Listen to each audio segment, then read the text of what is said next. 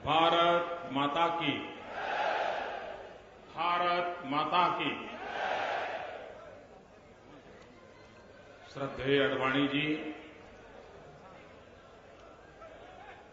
हमारे राष्ट्रीय अध्यक्ष आदरणीय राजनाथ सिंह जी, लोकसभा में प्रतिपक्ष नेता आदरणीय सुषमा जी, श्री अरुण जेटली जी, श्री वेंकैया जी, भारतीय जनता पार्टी को गौरव दिलाने वाले मुख्यमंत्री श्रीमान शिवराज जी, श्रीमान रमन सिंह जी, बहन वसुंधरा जी, मंच पर विराजमान पार्टी के सभी वरिष्ठ पदाधिकारी और देश के कोने कोने से आए हुए भारतीय जनता पार्टी के सभी समर्पित कार्यकर्ता भाइयों और बहनों,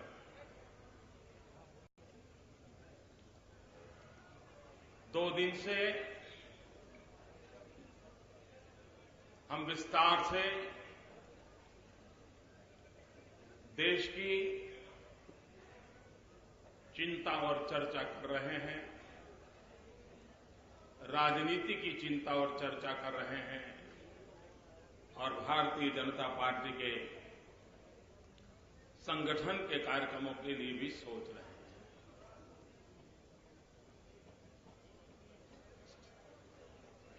देश आजाद होने के बाद चुनाव बहुत आए। प्रारंभ से जनसंघ के जमाने से, भारतीय जनता पार्टी के जमाने से हम सबको चुनाव के मैदान में कार्य करने का अनुभव है, लेकिन उन भूतकाल के सारे चुनावों को देखें तो 2014 के चुनाव हर प्रकार से भिन्न है।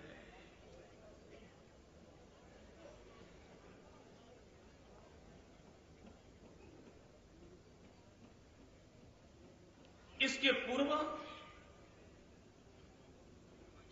देश की ऐसी दुर्दशा कभी नहीं देखी। विश्व का इतना बड़ा लोकतांत्रिक देश नेता विहीन हो, नीति विहीन हो और नियत भी शक के घेरे में हो, ऐसे दिवस कभी इस देश ने देखे नहीं थे जो आज हम भुगत रहे हैं। भ्रष्टाचार का इसका विकराल रूप इस दशक में जो देखा है, देश ने कभी नहीं देखा। आत्महत्या करते किसान, रोजगार के लिए भटकता नौजवान, इज्जत बचाने के लिए परेशान मां और बहनें, महंगाई के मार से तड़प रहा भूखा बच्चा, भाइयों बहनों, ऐसी दुर्दशा कभी नहीं देखी। और इसलिए ये 2014 का चुनाव सिर्फ सत्ता परिवर्तन का चुनाव नहीं है। ये 2014 का चुनाव भारत के कोटि कोटि जनों के लिए एक आशा और अरमान का चुनाव है।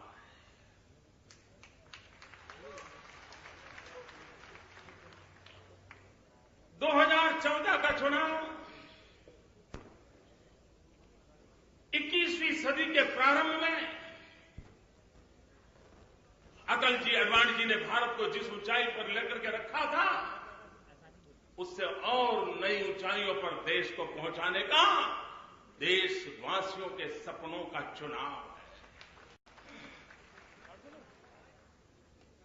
और इसलिए भाइयों बहनों, दिल्ली की धरती पर दो प्रमुख दलों की राष्ट्रीय परिषदें हुई,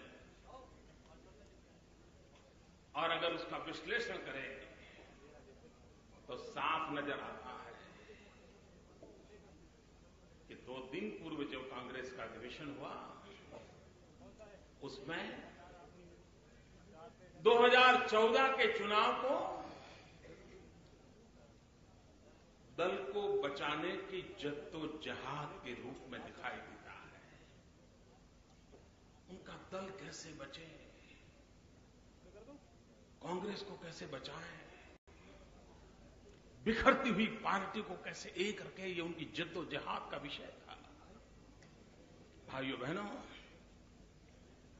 वहां पर दल बचाने की कोशिश हो रही थी, यहां पर देश बचाने की जद्दोजहद। ये 2014 के चुनाव का ये मूलतः फर्क है। भाइयों बहनों,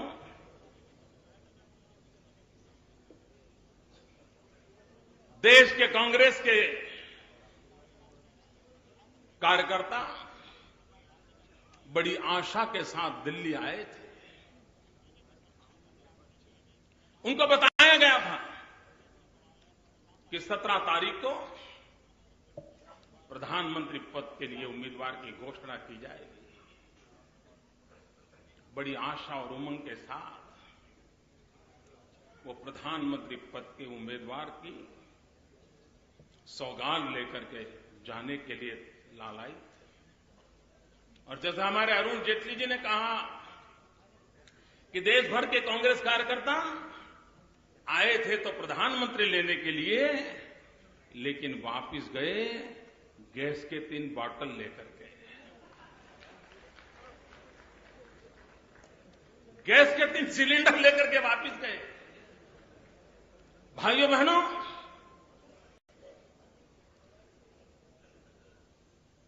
वहां पर जो बातें हुई है, कुछ बातों का जिक्र करना मुझे जरूरी लगता है। प्रधानमंत्री पद के उम्मीदवार की घोषणा न करने के पीछे लोकतांत्रिक परंपराओं का उदाहरण दिया गया। क्या ये सच्चाई है? मैं आशा करता था कि देश में दिन रात इन विषयों की चर्चा करने वाले लोग इस मुद्दों पर जरूर चर्चा करते हैं, लेकिन 4 दिन बीत गए, चर्चा नहीं हो रही है। हर एक के अपने अपने कारण होंगे, लेकिन देश जानना चाहता है। देश आजाद होने के बाद जब पहले प्रधानमंत्री पसंद किए गए, तब लोकतांत्रिक परंपराओं का क्या हुआ था? पूरी कांग्रेस पार्टी एक स्वर से सरदार वल्लभ भाई पटेल को प्रधानमंत्री बनाना चाहती थी। वो कौन सी लोकतांत्रिक परंपराएं थी? कांग्रेस के हर व्यक्ति की इच्छा के बावजूद भी सरदार वल्लभ भाई पटेल को प्रधानमंत्री नहीं बनने दिया गया। आप परंपरा की बात करते हैं। मैं जानना चाहता हूं, 1984 31 अक्टूबर श्रीमती इंदिरा गांधी जी की हत्या हुई। राजीव गांधी कलकत्ता थे। वो कलकत्ते से दौड़ करके आए, अस्पताल गए, और कुछ ही पलों में राजीव गांधी जी का प्रधानमंत्री पद का शपथ समारोह हुआ। मैं कांग्रेस पार्टी जो परंपराओं की चर्चा करते हैं उसे पूछना चाहता हूं, क्या 1984 के उस समय क्या कोई पार्लियामेंट्री पार्टी की मीटिंग हुई थी? क्या कांग्रेस के पार्लियामेंट्री पार्टी ने अपने प्रधानमंत्री पद के व्यक्ति को चुना था? उसकी कोई नोट्स हैं, मिनट्स हैं, व्यवस्था है? कुछ नहीं। 2-4 लोग मिलकर के हड़बड़ी में तुरंत शपथ करवा दिया गया था। और आप हमें परंपरा की सीख दे रहे हैं। इससे भी आगे 2004 यूपीए का चुनाव हुआ। यूपीए की सरकार बननी थी। भाइयों बहनों, मैं दावे से कहता हूं, यूपीए 1 में किसी पार्लियामेंट्री पार्टी ने डॉक्टर मनमोहन सिंह जी को प्रधानमंत्री पद के लिए चुना नहीं था, नेता के रूप में नहीं चुना था। कांग्रेस की पार्लियामेंट्री पार्टी ने मैडम सोनिया गांधी को नेता के रूप में चुना था। लेकिन बाद में मैडम सोनिया जी ने डॉक्टर मनमोहन सिंह जी को नॉमिनेट किया और उनका प्रधानमंत्री पद का शपथ दिलवाया गया था। पार्लियामेंट्री पार्टी की परंपरा की बातें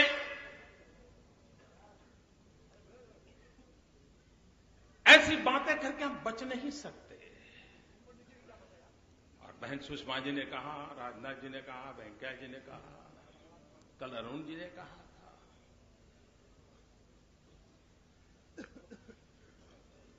चुनाव से भागने के उनके कई कारण हो सकते हैं। सबने अपने अपने तरीके से कहा है। लेकिन मुझे एक मानवीय कारण नजर आ रहा है। राजनीतिक कारण तो है ही है, लेकिन एक मानवीय कारण नजर आ रहा है। वो मानवीय कारण यह है,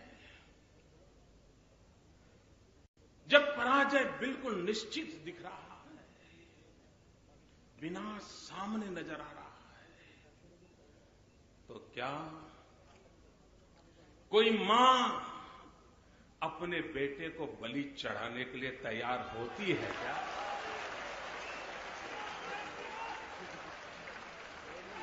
कौन मां अपने बेटे को बलि चढ़ाएगी राजनीति के राह पर? और इसलिए एक मां का मन आखिरकार यही निर्णय कर गया, नहीं, मेरे बेटे को बचाओ।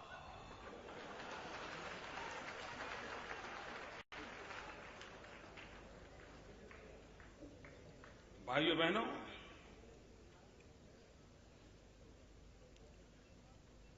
इन दिनों चाय वाले की बड़ी खातिरदारी हो रही है।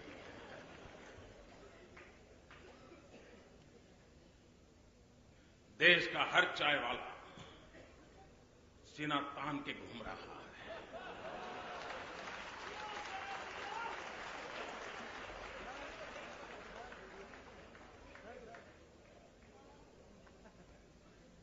भाइयों बहनों, इनका चुनाव से भाग जाने का कारण दो और भी है। एक, जिस परंपरा में वो पले बढ़े हैं, जिस प्रकार से एक वरिष्ठ परिवार के रूप में अपने आप को एस्टैब्लिश किया है। भाइयों बहनों, जब इस प्रकार के जीवन में लोग जीते हैं ना, तो उनकी मन की रचना भी ऐसी ही हो जाती है।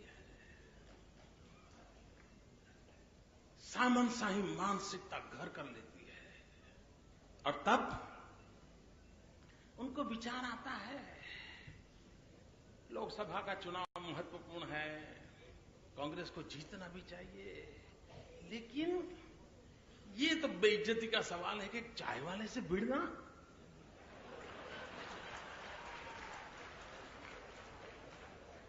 बड़ी शर्मिंदगी महसूस हो रही है। कोई बराबरी नहीं है। भाइयों बहनों, वे नामदार है और मैं कामदार हूं।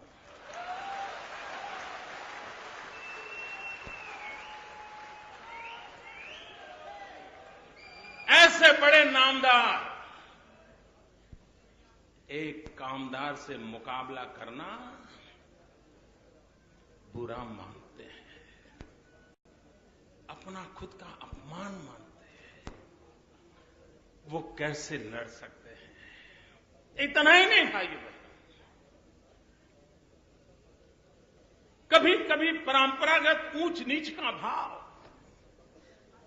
जातिवाद का जहर, मनोमन पले हुई उच्चता का भाव, उच्च कुल में पैदा हुए लोगों के लिए ये भी चिंता का विषय है कि हम इतने बड़े कुल में पैदा हुए, जिस कुल परंपरा की सदियों से इज्जत हुआ करती थी, और सामने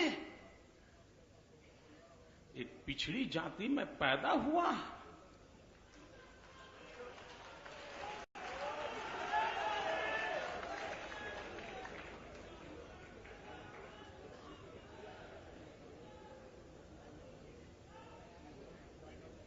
एक ऐसा व्यक्ति जिसकी मां अड़ोस पड़ोस के घर में पानी भरती थी, बर्तन साफ करती थी। एक ऐसा व्यक्ति जो रेल के डिब्बे में चाय बेचता था। ऐसी पिछड़ी जाति में पैदा हुए ऐसे व्यक्ति के खिलाफ मैं लड़ूं?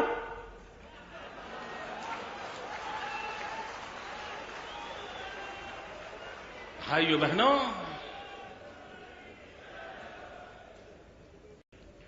राजनीति की परिघे के बाहर भी ये भी सारे कारण हैं। और इसलिए भाइयों बहनों,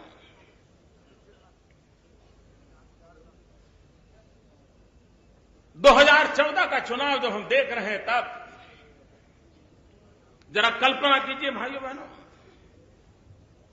हम जब गांव गांव गली गली लोगों से मिलते हैं, पूछते हैं, और भाइयों बहनों 27 अक्टूबर को बम धमाकों के बीच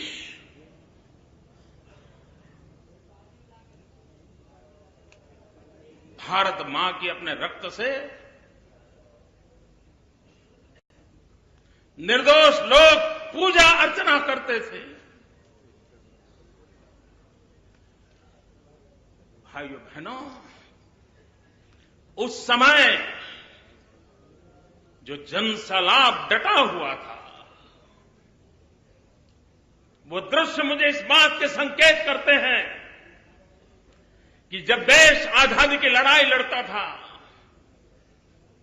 वो कौन सी प्रेरणा थी कि भगत सिंह, सुखदेव, राजगुरु फांसी के फद्दे पर चढ़ने के लिए लालायित हुआ करते थे। जो आग आजादी के लिए उस समय थी, जो तड़पन आजादी को पाने के लिए उस समय थी, आजादी को पाने के लिए लोग अपनी जवानी जलों में खपा देते थे। भाइयों बहनों, आजादी के इतने सालों के बाद ये 2014 का चुनाव उस तड़पन को लेकर के आया है। उस समय आजादी के लिए लोगों को मरने का मौका मिला, अब स्वराज्य के लिए जीवन दिया। नई पीढ़ी सुराज्य के लिए जीवन देने के लिए तड़प रही है। देश के नौजवानों को लग रहा है कि आजादी के जंग में मरने का सौभाग्य तो नहीं मिला, लेकिन आजाद हिंदुस्तान में सुराज्य के लिए जीने का अवसर मिला है। इस चुनाव की प्रेरणा, ये भावना है भाइयों बहनों, वो मिजाज इस चुनाव में दिखाई दे रहा है। और तभी तो जिनका भारतीय जनता पार्टी से कोसों दूर संबंध नहीं है, जिसका भारतीय जनता पार्टी के कार्यकर्ता के नाते कभी अवसर नहीं मिला है, जो राजनीति से भी अछूता है, ऐसे लाखों लोग आज भारतीय जनता पार्टी के कार्यालय पहुंचते हैं, मुझे चिट्ठियां लिखते हैं, फेसबुक लिखते हैं, ट्विटर पे मैसेज देते हैं, हमें काम दीजिए, हम कुछ करना चाहते हैं। ये ललक 2014 के चुनाव की, ये ललक आजादी के जंग की जो ललक थी, स्वराज्य के आंदोलन की जो भावना थी, स्वराज्य के आंदोलन की भावना 2014 के चुनाव में प्रकट हो रही है। भाइयों बहनों, देश की आजादी के 60 साल से भी अधिक समय बीत गया।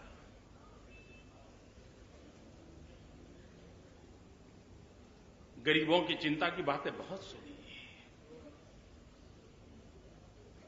विकास की बातें बहुत सुनी। जरा पल भर के लिए भारत मां के मानचित्र को जरा हमारी नजर के समक्ष रखें भाइयों। पल भर के लिए भारत मां के मानचित्र को अपने सामने रखें। हमारी नीतियों में ऐसी क्या कमी थी, हमारे कार्य में ऐसी कौन सी खोट रह गई कि जिसके कारण जब भारत मां का चित्र देखते हैं तो भारत मां का पश्चिमी हिस्सा तो कुछ कर रहा है ऐसा नजर आ रहा है, कुछ हो रहा है ऐसा नजर आ रहा है। विकास के धीरे से कदम क्यों न हो लेकिन नजर आ रहे हैं। लेकिन क्या कारण है कि मेरी भारत मां का अगर मध्य से देखें पूरा पूर्वी हिस्सा विकास के लिए तड़प रहा है। ये स्थिति क्यों पैदा है, यह असंतुलन पैदा क्यों हुआ? भाइयों बहनों, मैं आज देशवासियों को यहां से विश्वास देना चाहता हूं। भारतीय जनता पार्टी को 2014 में जब आप मई महीने में देश की सेवा करने का अवसर देंगे, हमारी ये पहली गारंटी रहेगी कि भारत का वो इलाका जो अभी विकास की यात्रा में बहुत पीछे है, हम उसे सबसे पहले आगे बढ़ाना चाहते हैं। पश्चिम की बराबरी तक तो लाएं। ऐसी कैसी मेरी भारत मां हो कि जिसकी एक भुजा तो मजबूत हो और दूसरी भुजा बहुत दुर्बल हो, ऐसी मेरी भारत माता नहीं हो सकती है। और इसलिए हमारी ये सोच है, चाहे बिहार हो, बंगाल हो, झारखंड हो, असम हो, नॉर्थ ईस्ट हो, उड़ीसा हो, पूरा पूर्वी इलाका, उत्तर प्रदेश का ये पूरा पूर्वी हिस्सा, भाइयों बहनों, हम संतुलित विकास के सपने को लेकर के आगे बढ़ना चाहते हैं। भाइयों बहनों, अगर हमें देश को मजबूत बनाना है तो रीजनल एस्पिरेशंस जो है उसे संकट नहीं समझना चाहिए। पिछले दशकों में राजनेताओं ने रीजनल एस्पिरेशंस को जैसे दिल्ली पर कोई बहुत बड़ा बोझ आ गया ऐसे ही उसको देखा है। भाइयों बहनों, रीजनल एस्पिरेशंस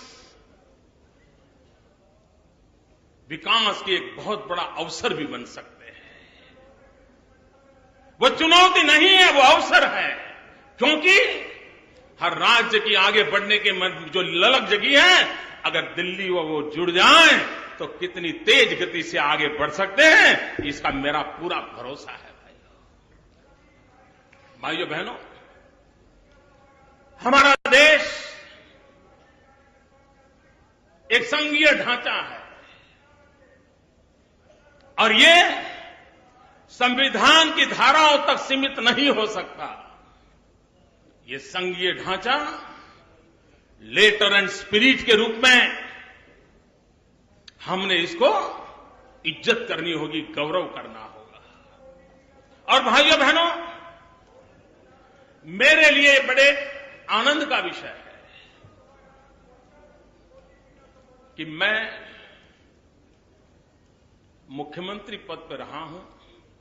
अब पार्टी ने मुझे नए दायित्व के लिए पसंद किया है, लेकिन एक मुख्यमंत्री के नाते संघीय ढांचे का महात्म्य क्या होता है मैं भली भांति अनुभव करता हूं। दिल्ली में अनुकूल सरकार थी वाजपेयी जी की, तब संघीय ढांचे के हिस्से के नाते, एक राज्य के मुख्यमंत्री के नाते किया हुआ काम और विपरीत दिल्ली के माहौल के बीच किया हुआ काम, दोनों को मैंने अनुभव किया है। और खुद अनुभवी होने के कारण मैं हर राज्य की पीड़ा को भली भांति समझ सकता हूं, हर मुख्यमंत्री की पीड़ा को भली भांति समझ सकता हूं, संघीय ढांचे के महात्म्य को समझ सकता हूं। और इसलिए भाइयों बहनों, भारतीय जनता पार्टी की सरकार संघीय ढांचे को सशक्त बनाने में, संघीय ढांचे को एम्पावर करने में रुचि रखती है और हम उसको आगे बढ़ना चाहते हैं। भाइयों बहनों, आज एटीट्यूड ऐसा है, एक बिग ब्रदर वाली एटीट्यूड है। हम दिल्ली वाले हैं, हम राज्यों को कुछ देते हैं, ये शोभा नहीं देता। हम स्थिति को बदलने का वादा करते हैं। कोई छोटा भाई नहीं है, कोई बड़ा भाई नहीं है, दोनों भाई कंधे से कंधा मिलाकर बराबर की शक्ति से ये भारत माता को आगे ले जा रहे हैं। ये भाव होना चाहिए। आज माना यह जाता है कि प्रधानमंत्री और उनका मंत्रिपरिषद, ये टीम देश को आगे बढ़ाएगी। मेरी सोच भिन्न है। मैं चाहता हूं कि प्रधानमंत्री और सारे मुख्यमंत्री ये मिलाकर एक टीम हो जो देश को आगे चलाए। इतना ही नहीं, केंद्र का मंत्रिपरिषद और राज्यों का मंत्रिपरिषद, ये सब मिलकर एक बृहद टीम बने और केंद्र की ब्यूरोक्रेसी, राज्य की ब्यूरोक्रेसी, ये सब मिलाकर के एक विशाल टीम के रूप में काम करें। अगर ये माहौल हम बनाएंगे तो आज जिन समस्याओं से हम जूझ रहे हैं, उन समस्याओं से हम अपने देश को इन शक्तियों के भरोसे, शक्तियों को जोड़ करके हम देश को आगे बढ़ा सकते हैं। भाइयों बहनों, देश के लिए सुशासन एक बहुत अनिवार्य है। देश की समस्याओं की जड़ों में बैड गवर्नेंस है, कुशासन है। उससे निकलना है तो हमें गुड गवर्नेंस पर बल देना पड़ेगा। और भाइयों बहनों, ये गुड गवर्नेंस ये कोई अमीरों के लिए नहीं होता है। अमीर तो सरकारें खरीद सकते हैं। गुड गवर्नेंस गरीब के लिए होता है, सामान्य वंचितों के लिए होता है, दलित के लिए होता है, पीड़ित के लिए होता है, शोषित के लिए होता है। अगर सुशासन है तो सरकारी स्कूल अच्छी चलेगी, तो गरीब के बच्चे की पढ़ाई अच्छी होगी। सुशासन नहीं होगा तो गरीब का बच्चा बेचारा वहीं रह जाएगा। और इसलिए सुशासन चाहिए। भाइयों बहनों, हम गुड गवर्नेंस को लेकर के आगे बढ़ना चाहते हैं, तब इन दोनों बहुत सी बातें हम सुनते हैं। भैया, हम तय करें भाइयों,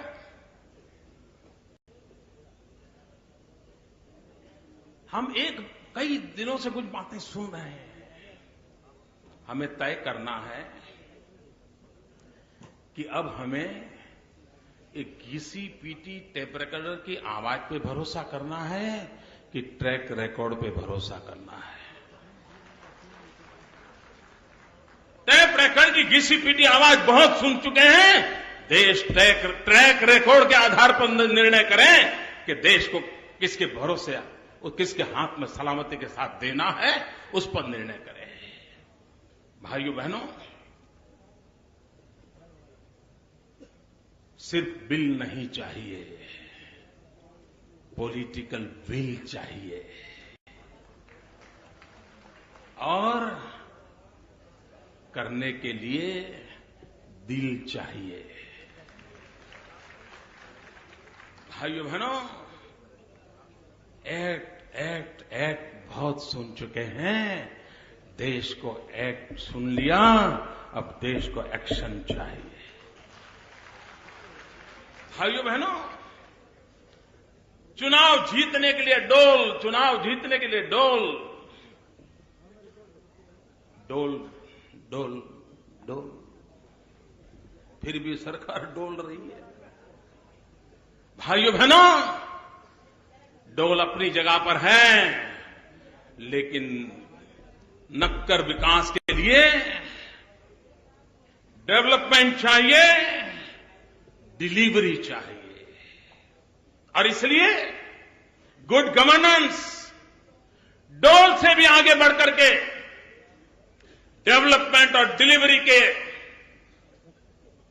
उन मूल मंत्रों को हमें स्वीकार करना होगा, आगे बढ़ना होगा। भाइयों बहनों, पिछले 10 साल में शायद ही कोई दिन ऐसा गया होगा कि प्रधानमंत्री जी ने कोई कमेटी न बनाई हो। हर समस्या के लिए कमेटी, हर समस्या के लिए कमेटी। मेरे देशवासियों, देश कमेटियों के बोझ से दब रहा है।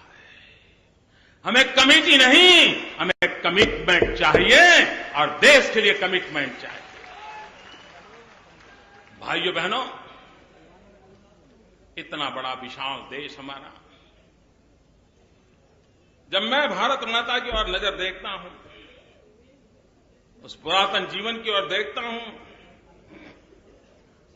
तो मुझे इस भारत की पूरी, हम जब सुनते हैं ना, कुछ बात है कि हस्ती मिटती नहीं हमारी, वो कौन सी बात है? कुछ बात है कि हस्ती मिटती नहीं हमारी, वो कौन सी बात है? भाइयों बहनों, इंद्रधनुष के 7 रंग होते हैं। वही इंद्रधनुष के 7 रंग, और उन 7 रंगों की व्याख्या करें तो हमारी भारत मां को सदियों से वो चमकाते आए हैं। पहला रंग है, इंद्रधनुष का पहला रंग है, भारत की संस्कृति की महान विरासता, हमारी कुटुंब प्रथा, परिवार व्यवस्था। हजारों साल से इस परिवार व्यवस्था ने हमें बनाया है, बचाया है, बढ़ाया है। उस परिवार व्यवस्था को हम कैसे अधिक सशक्त बनाएं?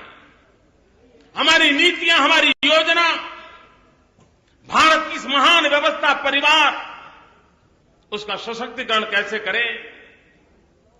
दूसरा रंग है इंद्रधनुष का,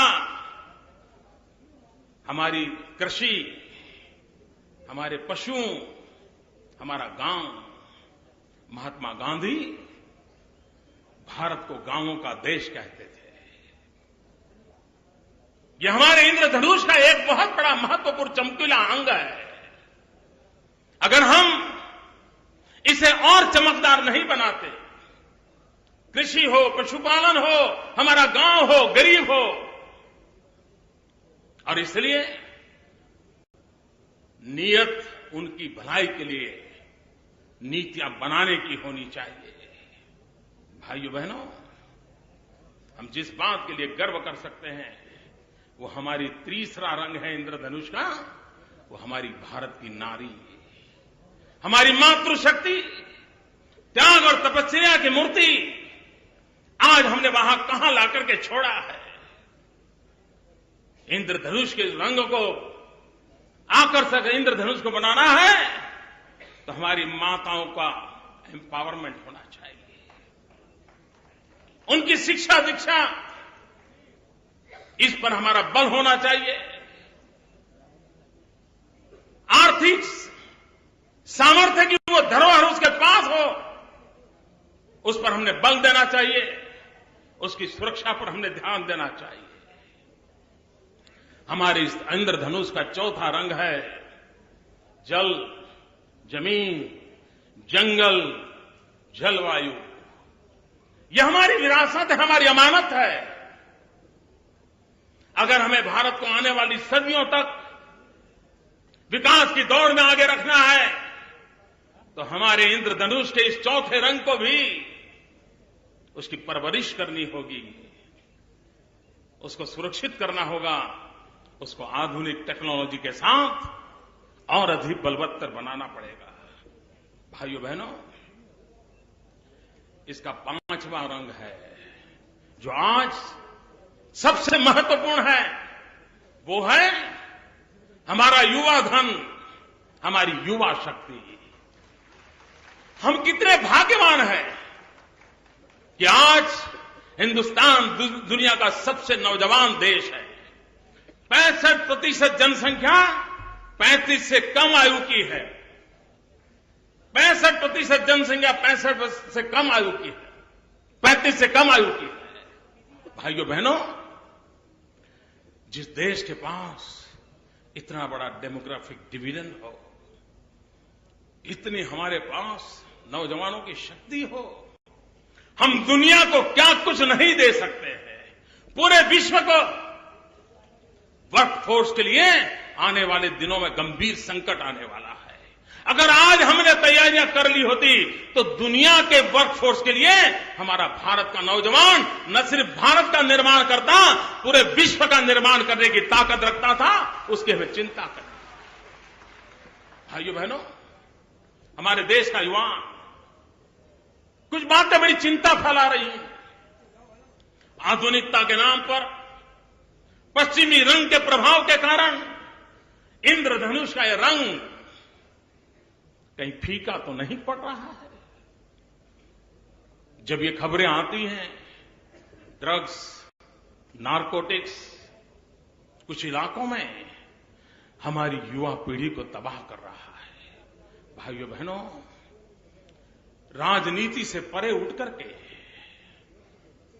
हम सबका दायित्व बनता है, सारे देशवासियों का दायित्व बनता है कि अपने इन नौजवानों को ड्रग्स, नारकोटिक्स में कदम रखने से पहले बचा ले। जीरो टॉलरेंस का माहौल बनाए हम। हमारी युवा पीढ़ी को रक्षा करनी पड़ेगी हमें, कानूनी व्यवस्था से हो, विदेशों से स्मगलिंग अगर होता है तो उसको रोकने की बात हो। हमने एक दायित्व को निभाना होगा और हमारे युवा धन की रक्षा करके उसी युवा धन की ताकत के भरोसे इस भारत को विश्व गुरु बनाने का सपना साकार करना होगा।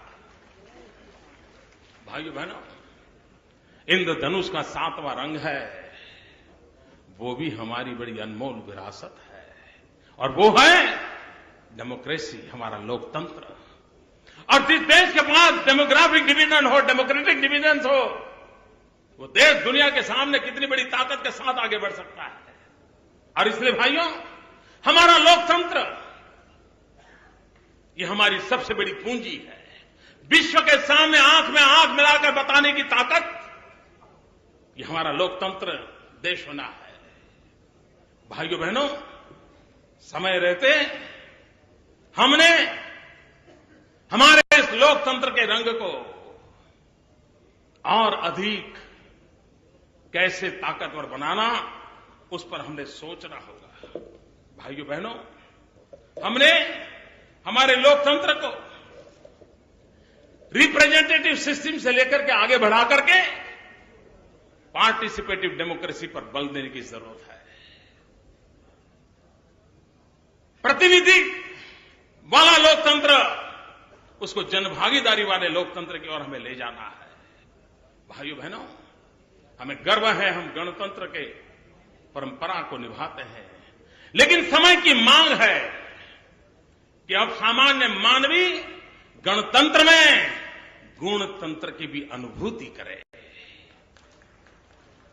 वो एसेंस कैसे भर दिया जाए अपने आचरण के द्वारा, अपने व्यवहार के द्वारा।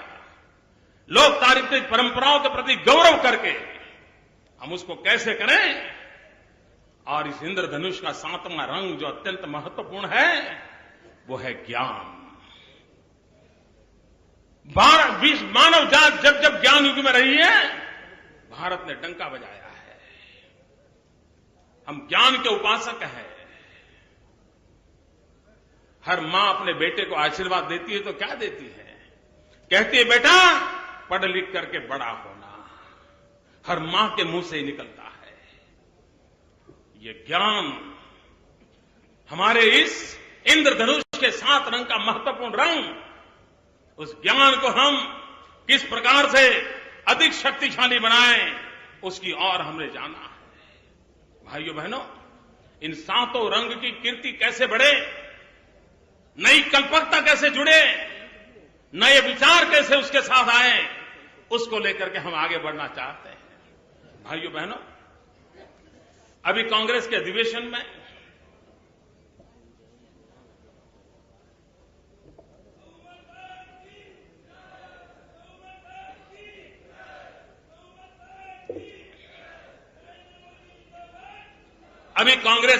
में कहा गया कि कांग्रेस पार्टी एक सोच है। हम भी मानते हैं, बिना सोच के न कोई दल हो सकता है, न कोई आंदोलन हो सकता है। लेकिन कठिनाई ये है कि आज कांग्रेस के पास सोच है कि नहीं है, कैसी सोच है, कौन सी सोच है, वो तो एक बात है। लेकिन देश इतना जरूर जानता है कि कांग्रेस पार्टी सोच में पड़ी हुई है। लेकिन भाइयों बहनों, आज मैं आपके सामने कहना चाहता हूं, इस सोच को समझने की आवश्यकता है। मैं कहना चाहता हूं, आपकी सोच क्या है, हमारी सोच क्या है। और देशवासी आज मुझे दूरदर्शन टीवी के माध्यम से देख रहे हैं, मैं उनसे भी अनुरोध करता हूं, मेरे भारत के भाइयों बहनों, कि आप मेरे इन शब्दों पर गौर कीजिए। उनकी सोच है भारत मधुमक्खी का छाता है। ये कहा था उन्होंने, हनी भी है। उनकी सोच है भारत मधुमक्खी का छाता है। हमारी सोच है भारत हमारी माता है।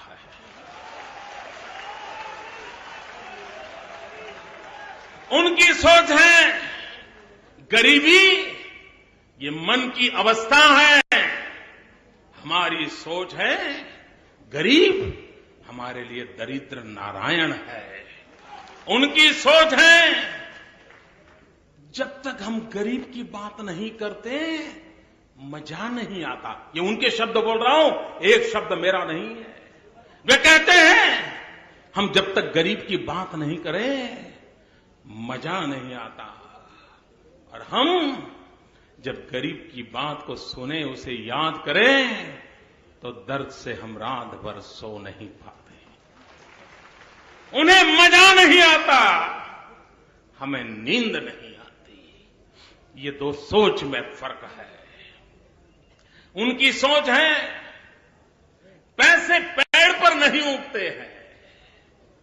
हमारी सोच है पैसे खेत और खलिहानों में उगते हैं और मजदूरों के पसीने से पलते हैं। ये हमारी सोच है। उनकी सोच है समाज तोड़ो, राज करो। हमारी सोच है समाज को जोड़ो, विकास करो। ये फर्क है। उनकी सोच है वंशवाद, हमारी सोच है राष्ट्रवाद। उनकी सोच है राजनीति सब कुछ है, हमारी सोच है राष्ट्र नीति सब कुछ है। उनकी सोच है सत्ता कैसे बचाएं, हमारी सोच है देश कैसे बचाएं। अभी अभी उन्होंने कहा कि चुनाव में उसको टिकट दी जाएगी जिनके दिल में कांग्रेस है। उनकी सोच है देश वो चलाएंगे जिनके दिल में कांग्रेस है, हमारी सोच है, टिकट उनको मिलेगी जिनके दिल में भारत माता है। ये सोच में फर्क है। और इसलिए भाइयों बहनों, जब 2000 चुनाव का वक्त हमारे सामने है, हम वो चुनाव के मैदान में खड़े हैं, तब मैं देशवासियों से कहना चाहता हूं कि पिछले 60 साल आपने शासकों को चुना है। 60 साल आपने शासक पसंद किए हैं। 60 साल आपने शासकों को बागडोर दी है। मैं आज भारतीय जनता पार्टी के इस पवित्र मंच से मेरे देशवासियों से प्रार्थना करता हूं, आपने 60 साल शासकों को दिए, 60 महीने एक सेवक को देके, 60 महीने एक सेवक को देके देखो। देश को शासक नहीं, सेवक की जरूरत है। और लोकतंत्र की मांग यही है कि देश की सेवा करने का हर किसी को अवसर मिले। भाइयों बहनों, आज जब हम आने वाले भविष्य का एक खाका खींच रहे हैं, तब देश के सामने महंगाई एक सबसे बड़ी समस्या है। गरीब के घर में चूल्हा नहीं जलता है।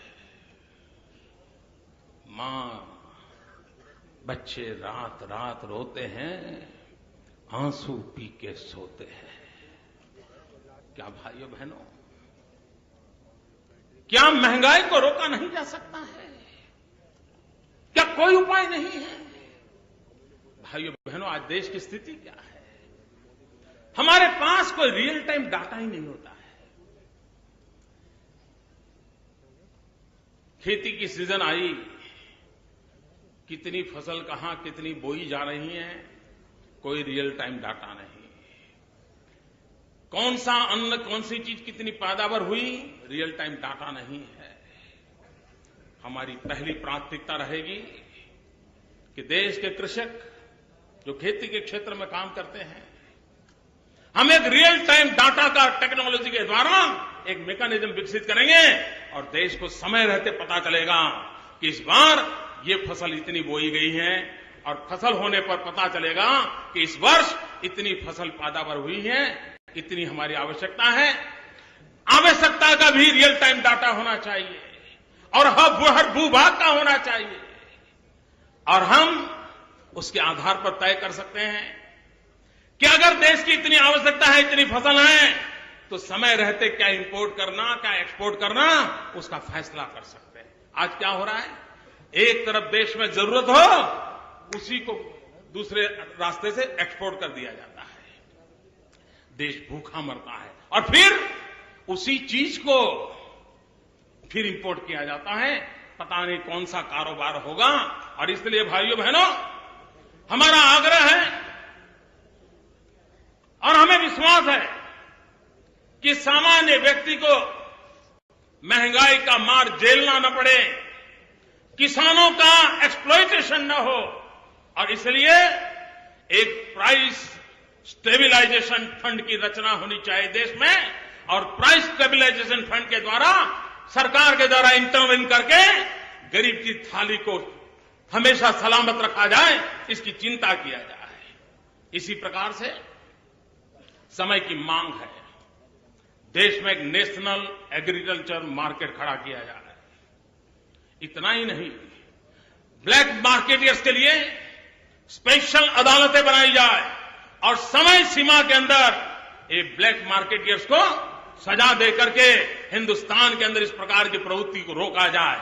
अगर हम इस प्रकार के एक के बाद एक कदम उठाएं, भाइयों बहनों, अगर अटल जी की सरकार महंगाई रोक सकती है, अगर मोरारजी भाई देसाई की सरकार महंगाई रोक सकती है, तो 2014 में भाजपा की सरकार भी महंगाई रोक सकती है। ये मैं आपको विश्वास दिलाता हूं। भाइयों बहनों, बेरोजगारी जिस देश के पास इतना बड़ा युवा धन हो लेकिन रोजगार के लिए तड़पता हो, इसके लिए भाइयों बहनों हमें सेंटर फॉर एक्सीलेंस उसको बल देने की आवश्यकता है। हमने स्किल डेवलपमेंट पर बल देने की आवश्यकता है और स्किल डेवलपमेंट भी नीड बेस्ड कैसे किया जाए। अगर यहां केमिकल की फैक्ट्री लग रही है तो उस केमिकल की फैक्ट्री में काम आने वाला स्किल डेवलपमेंट कैसे हो। यहां पर ऑटोमोबाइल इंडस्ट्री लग रही है तो ऑटोमोबाइल इंडस्ट्री लगने से पहले उसके अनुकूल स्किल डेवलपमेंट वाले नौजवान कैसे तैयार हो। अगर इसको हम ढंग से करें भाइयों बहनों, हम बेरोजगारी के खिलाफ लड़ाई अच्छी तरह लड़ सकते हैं। भाइयों बहनों, हमारे पास ह्यूमन रिसोर्स का कोई प्लानिंग नहीं है। आज अगर देश में पूछा जाए कि बताइए 2020 में विज्ञान के कितने टीचरों की जरूरत पड़ेगी, देश नहीं बता पा रहा है। 2020 में कितनी नर्सिस की जरूरत पड़ेगी, देश बता नहीं पा रहा है। अगर हम ह्यूमन पावर स्ट्रेंथ का अभी से अगर हम प्लानिंग करें और उसको कब और उसके अनुसार हम डेवलपमेंट करें तो जैसे ही वो व्यक्ति तैयार होगा उसको जरूरत के अनुसार से रोजगार मिल जाएगा। भाइयों बहनों, हिंदुस्तान का युवा धन ये हिंदुस्तान की शक्ति है, उसके हाथ में हुनर देना चाहिए, कार्य का अवसर देना चाहिए। भारत के ग्रोथ को आगे बढ़ाने के लिए इससे बड़ी कोई पूंजी हमारे पास हो सकती नहीं है, हम उसको आगे बढ़ाना चाहते हैं। भाइयों बहनों, आदरणीय अडवाणी जी ने ब्लैक मनी के खिलाफ एक बहुत बड़ा जंग छेड़ा है।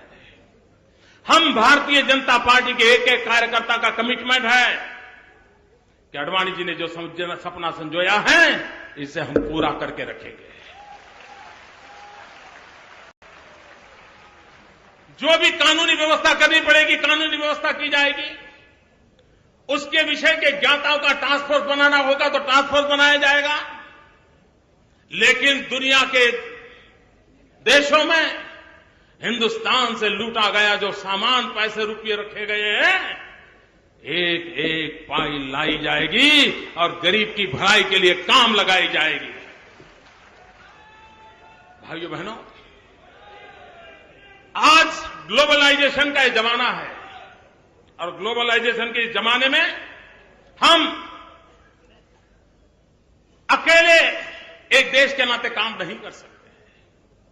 हमने विश्व की स्पर्धा में अपने आप को टिकाना होगा, आगे बढ़ाना होगा। अगर विश्व के सामने हमने टिकाना है, बढ़ाना है, तो जैसे गुड गवर्नेंस का महत्व है वैसा ही ह्यूमन रिसोर्स का महत्व है और वैसा ही इंफ्रास्ट्रक्चर का महत्व है। भाइयों बहनों, अब भारत को देर नहीं करनी चाहिए। नेक्स्ट जनरेशन इंफ्रास्ट्रक्चर पर बल देना होगा। रोड हो, रास्ते हो, रेल हो, लेकिन आने वाले दिनों में वाटर ग्रिड कैसे हो, नदियों को जोड़ने का काम कैसे हो, एग्रो इंफ्रास्ट्रक्चर को बल कैसे दिया जाए, गैस ग्रिड कैसे हो। अगर गैस ग्रिड हो तो सिलेंडर के झगड़े बंद हो जाएंगे। ऑप्टिकल फाइबर नेटवर्क क्यों ना हो, पूरा देश ऑप्टिकल फाइबर नेटवर्क के नेक्स्ट जनरेशन इंफ्रास्ट्रक्चर के रूप में क्यों न किया जाए। हिंदुस्तान का इतना बड़ा विशाल समुद्री तट है, वहां पर एक नई इंफ्रास्ट्रक्चर की विधा खड़ी करके विश्व व्यापार में हम अपनी जगह क्यों न बना सके। भाइयों बहनों, हमारे पास इतनी बड़ी रेलवे है। दुर्भाग्य है मित्रों, देश में रेलवे की तरफ ध्यान नहीं दिया गया है। यही रेल आप देखिए, जापान में जो बदलाव आया, क्यों आया। जापान ने बुलेट ट्रेन का कंसेप्ट लाया और पूरे देश को खड़ा कर दिया। चाइना ने भी उसको फॉलो किया। हमारे पास इतना बड़ी लंबी रेल लाइन है लेकिन उसकी आधुनिकता पर नहीं सोचा जा रहा है। रेलवे की अपनी 4 यूनिवर्सिटी क्यों ना हो देश में, जहां पर रेलवे को जिस प्रकार का मैन पावर चाहिए, मैन पावर मिले। रेलवे को आधुनिक बनाने के लिए जो रिसर्च होना चाहिए, इनोवेशन होना चाहिए, उसकी अपनी यूनिवर्सिटी में क्यों ना हो। भाइयों बहनों, सोच का सवाल है। विचार कोई करे, समय लगाए, देखें। भाइयों बहनों, आप कल्पना नहीं कर सकते रेलवे हिंदुस्तान की कितनी बड़ी ताकत बन सकता है। आज का रेल का जो नेटवर्क है उसी को आधुनिक बनाया जाए तो हम हिंदुस्तान की विकास की यात्रा को एक नई गति दे सकते हैं। भाइयों बहनों, वाजपेयी जी ने स्वर्णिम चतुष्क का निर्माण किया था। उस स्वर्णिम चतुष्क ने देश को दुनिया के अंदर एक जगह दे दी थी। भाइयों बहनों, समय की मांग है। 8-9 साल के बाद भारत की आजादी के 75 वर्ष होंगे। डायमंड जुबिली का समय आएगा। क्या समय की मांग नहीं है कि हम अटल जी के उस सोच को और एक नया रंग रूप देकर के बुलेट ट्रेन का डायमंड चतुष्क तैयार करें और जब देश 75 साल गोल्डन जुबिली डायमंड जुबिली मनाता हो तब देश को बुलेट ट्रेन से कम 4 दिशाओं में जाने का काम हम खड़ा करते हैं। आप देखिए, दुनिया नए सिरे से हिंदुस्तान को देखने लगेगी। भाइयों बहनों, आज विश्व के अंदर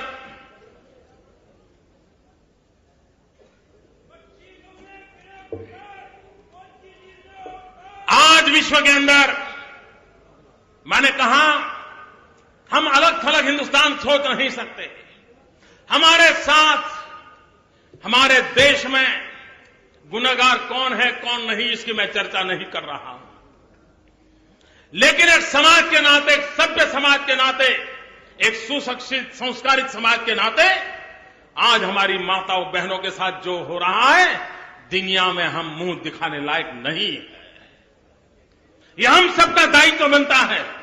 नारी सम्मान का, नारी सुरक्षा का, डिग्निटी ऑफ विमेन, यह हमारा सामाजिक दायित्व बनना चाहिए और उस माहौल को हमें क्रिएट करना होगा।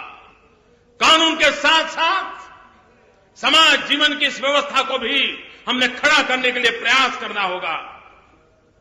हमने एक मिशन मोड पे बेटी बचाओ बेटी पढ़ाओ मिशन मोड पे आगे बढ़ना है।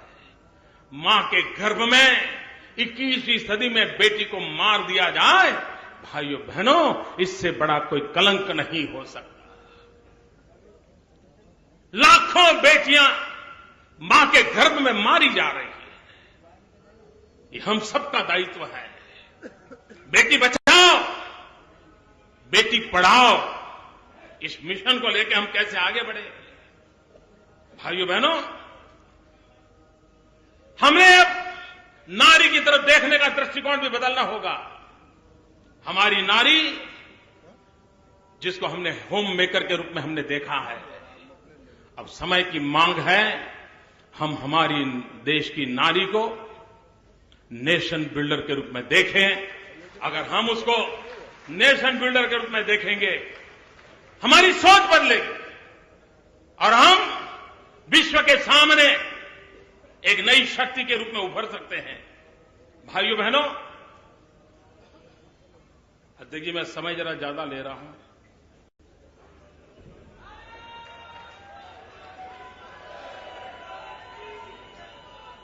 भूख लगी होगी ना?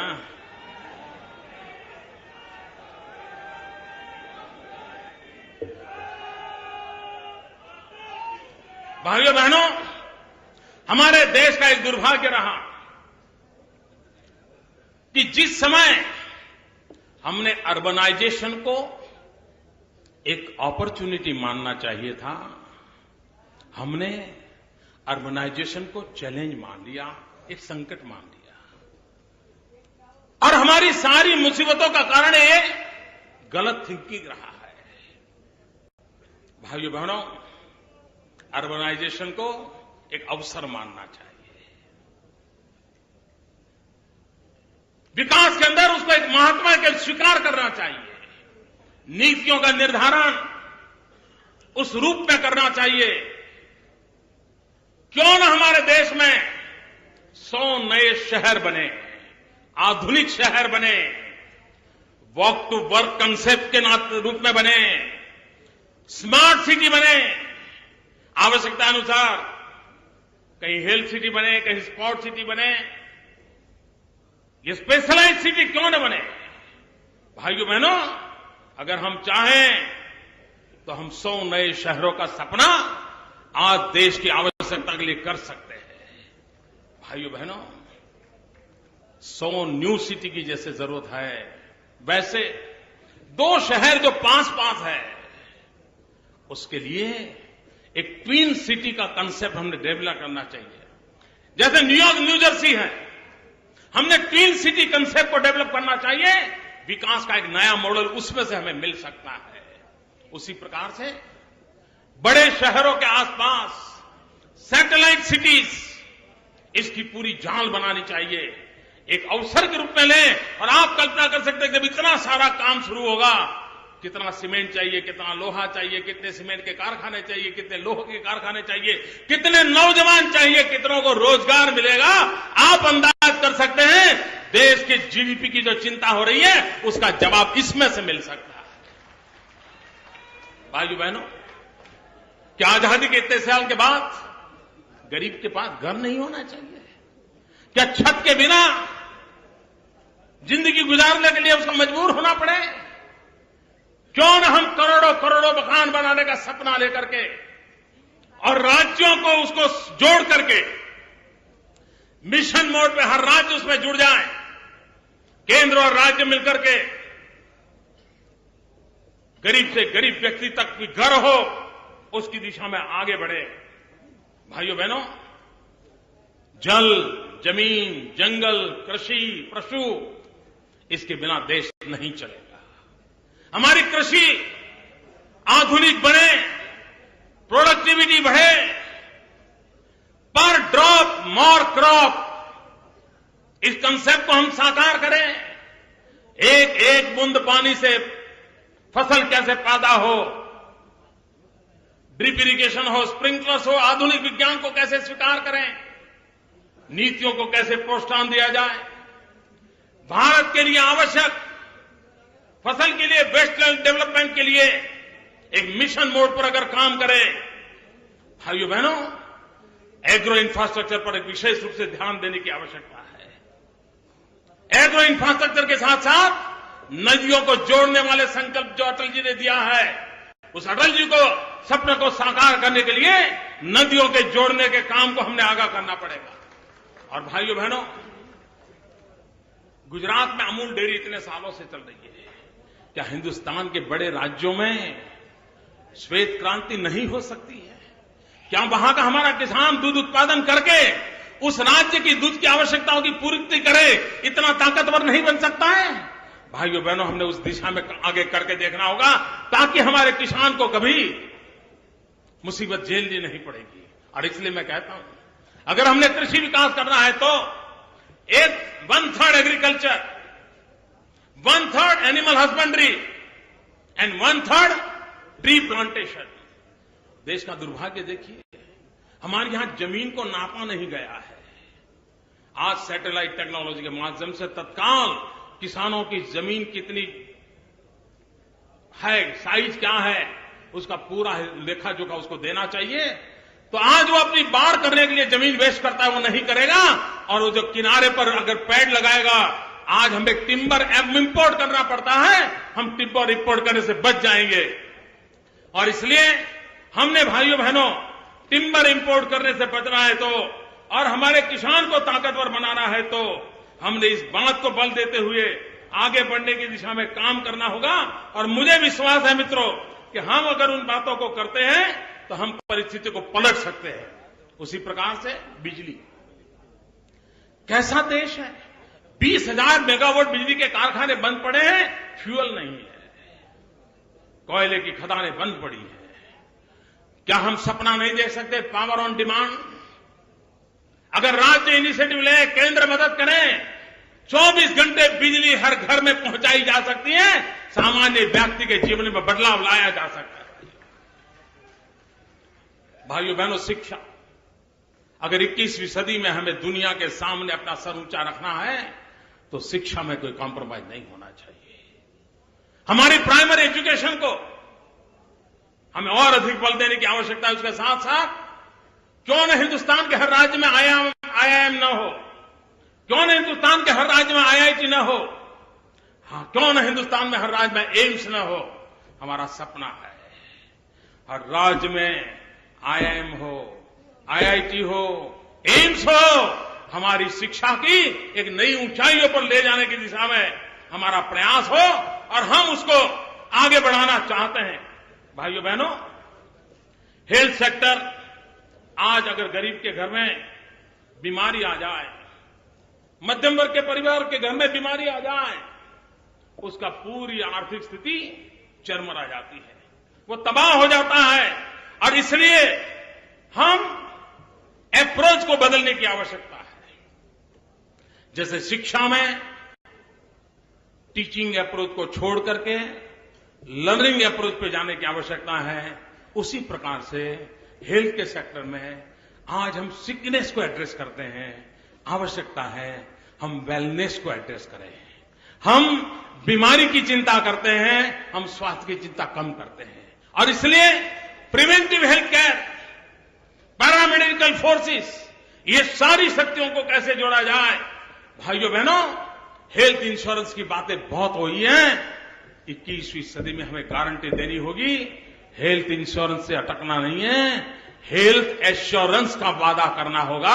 हेल्थ इंश्योरेंस का वादा करके हमें आगे बढ़ना पड़ेगा। भाइयों बहनों, क्या गरीबी के खिलाफ लड़ाई नहीं लड़ी जा सकती? क्या गरीबी सिर्फ नारों का विषय बन जाएगा?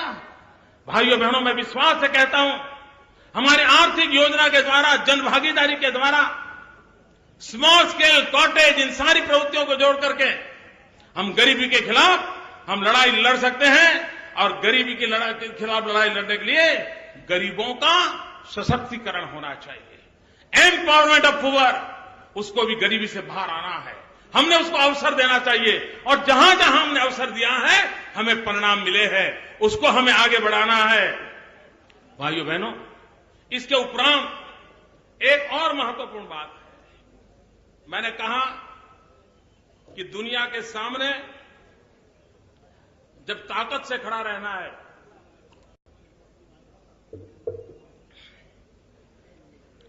दुनिया के सामने जब ताकत से खड़े रहना है, तो भाइयों बहनों, हमारे भारत का ब्रांडिंग भी होना चाहिए। हम जानते हैं, बहुत साल पहले हम लोग कोई भी चीज खरीदते थे तो ये लिखा होगा मेड इन जापान, तो हम तुरंत उस चीज को हाथ लगा देते थे। भाइयों बहनों, क्या ये समय की आवश्यकता नहीं है कि हम भी ब्रांड इंडिया की ओर बल दें? और जब मैं ब्रांड इंडिया की बात करता हूं, तब मैं 5T की बात करता हूं।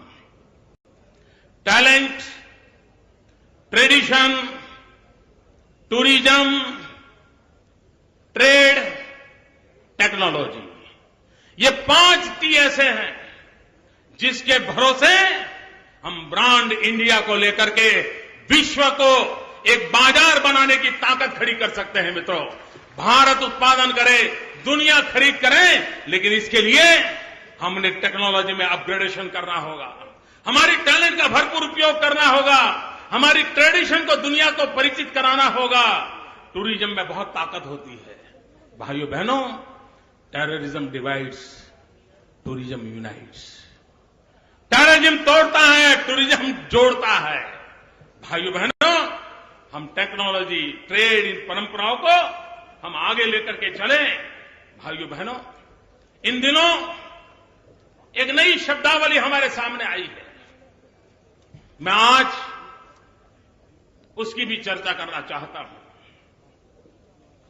कुछ लोग कह रहे हैं my idea of India. Hindustan के 125 करोड़ देशवासियों के आइडिया ऑफ इंडिया हो सकता है, ये किसी की जागीर नहीं हो सकती। आपका भी हो सकता है, इनका भी हो सकता है, यहां पर बैठे लोगों का भी हो सकता है, मेरा भी हो सकता है। और इसलिए आइडिया ऑफ इंडिया, इसको कहीं बांधा नहीं जा सकता है। मैं आज माय इंडिया ऑफ आइडिया की बात आप सबके सामने प्रस्तुत करना चाहता हूं। भाइयों बहनों, माय आइडिया ऑफ इंडिया सत्यमेव जयते। माय आइडिया ऑफ इंडिया वसुधैव कुटुंबकम। माय आइडिया ऑफ इंडिया अहिंसा परमो धर्म।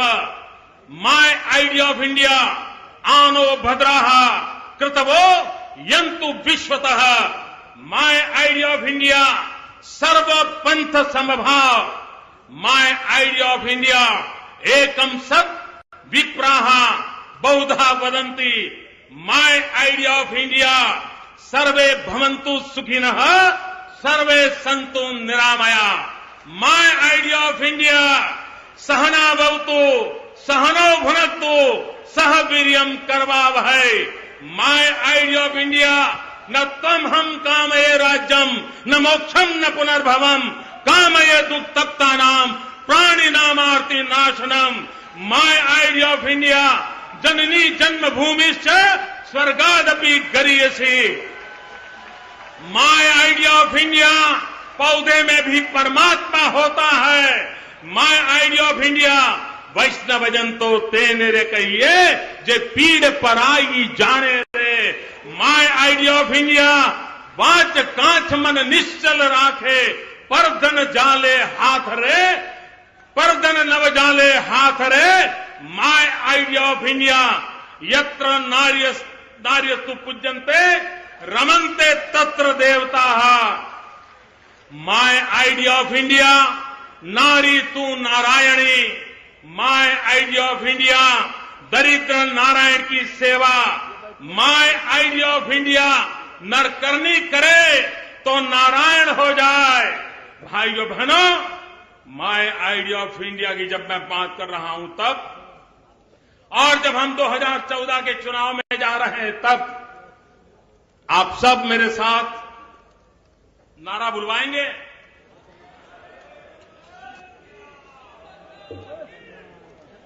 दो मुट्ठी बंद करके पूरी ताकत से बोलेंगे। मैं बोलूंगा उसके बाद आपको बोलना है वोट फॉर इंडिया। मैं बोलूं उसके बाद आपको बोलना है वोट फॉर इंडिया। पूरे हाथ ऊपर करके बोलेंगे। वंशवाद के मुक्ति के लिए, भाई भतीजेवाद की मुक्ति के लिए, भ्रष्टाचार से मुक्ति के लिए, महंगाई से मुक्ति के लिए, कुशासन से मुक्ति के लिए, देश की रक्षा के लिए, जन जन की सुरक्षा के लिए, रहने को घर के लिए, खाने को अन्न के लिए, बीमार की दवाई के लिए, दरिद्र नारायण की भलाई के लिए, शिक्षा में सुधार के लिए, युवाओं को रोजगार के लिए, नारी के सम्मान के लिए, किसानों के कल्याण के लिए, स्वावलंबी भारत के लिए, शक्तिशाली भारत के लिए, समृद्धिशाली भारत के लिए, प्रगतिशील भारत के लिए, भारत की एकता के लिए, एक भारत श्रेष्ठ भारत के लिए, सुराज की राजनीति के लिए, सुशासन की राजनीति के लिए, विकास की राजनीति के लिए। भाइयों बहनों, वोट फॉर इंडिया का हमारा जो सपना है, देशवासी, भाइयों बहनों, हम यहां से जब विदाई लेंगे आदरणीय आडवाणी जी के आशीर्वाद लेकर के आज हम अपने इलाके में जा रहे हैं। हम विजय का व्रत लेकर के जाएं। हम तो विजय व्रती बने, हमारे हर साथी को विजय व्रती बनाएं। और भाइयों बहनों, ये बात याद रखें कि चुनाव का विजय का गर्भाधान, चुनाव के विजय का गर्भाधान पोलिंग बूथ में होता है। पोलिंग बूथ विजय की जननी होती है और जो जननी होती है उसकी हिफाजत करना हमारा दायित्व होता है। इसलिए पोलिंग बूथ की हिफाजत हो, पोलिंग बूथ की चिंता हो, पोलिंग बूथ जीतने का संकल्प हो, इस संकल्प को लेकर के आगे बढ़े और भारत दिव्य बने, भारत भव्य बने। इस सपने को साकार करने के लिए देशवासियों की शक्ति को हम साथ मिलकर के वोट में परिवर्तित करें। इसी एक अपेक्षा के साथ मैं राष्ट्रीय नेतृत्व का बहुत आभारी हूं कि मुझ जैसे एक सामान्य व्यक्ति को ये काम दिया है। और इसलिए भाइयों बहनों, जब एक चाय वाला चुनाव लड़ता है, आप देश को कहेंगे कि मोदी जी एक ऐसे इंसान हैं जिसके पास अपना कुछ नहीं है, और आप कहेंगे तो 10 करोड़ परिवारों से फंड जरूर मिलेगा। गरीब से गरीब व्यक्ति भी इस बार भाजपा को दम देने के लिए उमंग से आगे आएगा। और हम तय करें मित्रों, हिंदुस्तान के सामान्य नागरिक के धन से हम चुनाव लड़ेंगे। अभी केरल के हमारे कार्यकर्ताओं ने करके दिखाया। 2012 के गुजरात के चुनाव में गुजरात के कार्यकर्ताओं ने घर घर जाकर के 5 रुपया, 10 रुपया, 100 रुपया इकट्ठा करके चुनाव लड़ा 2012 दिसंबर में। 3 बार सरकार, और एक प्रकार से गुजरात में तो 7 बार से सरकार है। लेकिन मुझे पिछले 4 बार से अवसर मिला है। कार्यकर्ताओं ने लोगों से पैसे लेकर के धन संग्रह करके चुनाव लड़ा। हमने इस परंपरा को आगे बढ़ाना है, इसको निभाना है। और जब एक गरीब मां का बेटा एक चाय वाला मैदान में हो तो देश हमारे भंडार भर देगा, ये मेरा विश्वास है। बहुत बहुत